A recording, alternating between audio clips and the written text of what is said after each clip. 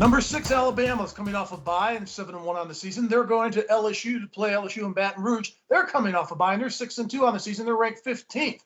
If you look at Alabama, you got to talk about their quarterback, Bryce Young. Yes, he's having another terrific season, completing 66% of his passes, 18 touchdowns and 3 interceptions. But Jahmyr Gibbs really is the stick that stirs this football team.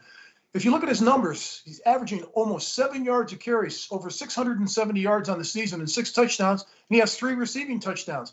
They're still looking for that alpha wide receiver that they've had in the past. They haven't found him yet. On the defensive side of the ball, I love Henry To'oTo'o, the linebacker. He leads the team in tackles by far, and he's been all over the place.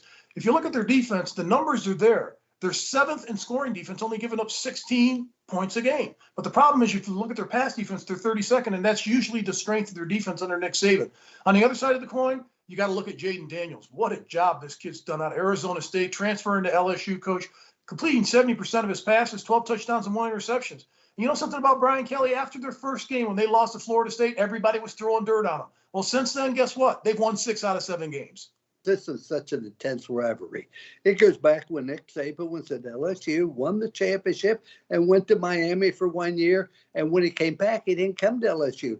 He went to Alabama. So this is the #1 game for the LSU fans. They still hate Nick Saban because he left. I think LSU has a chance because of Daniels. I mean, 1,800 yards, 12 touchdowns, 1 interception, but he also has run for 524 yards and 9 touchdowns. He is outstanding. You can't sack him. He has a way of getting loose and getting free. And a scrambling quarterback always gives Alabama trouble. And if they play a lot of man defense, which they like to do, and they're very greedy and want to play attack, and they don't get pressure on the passer, you're going to get pressure on Daniels. He's going to run around there till he finds somebody. But I do believe that Young's presence makes a difference. He's averaging 5.3 only on scrambles. I predict Alabama to win this game 37-23. Jaden Daniels will give them trouble and keep it close, but I think at the end of the game, Alabama does pull away. I like Alabama to win this game 41-22.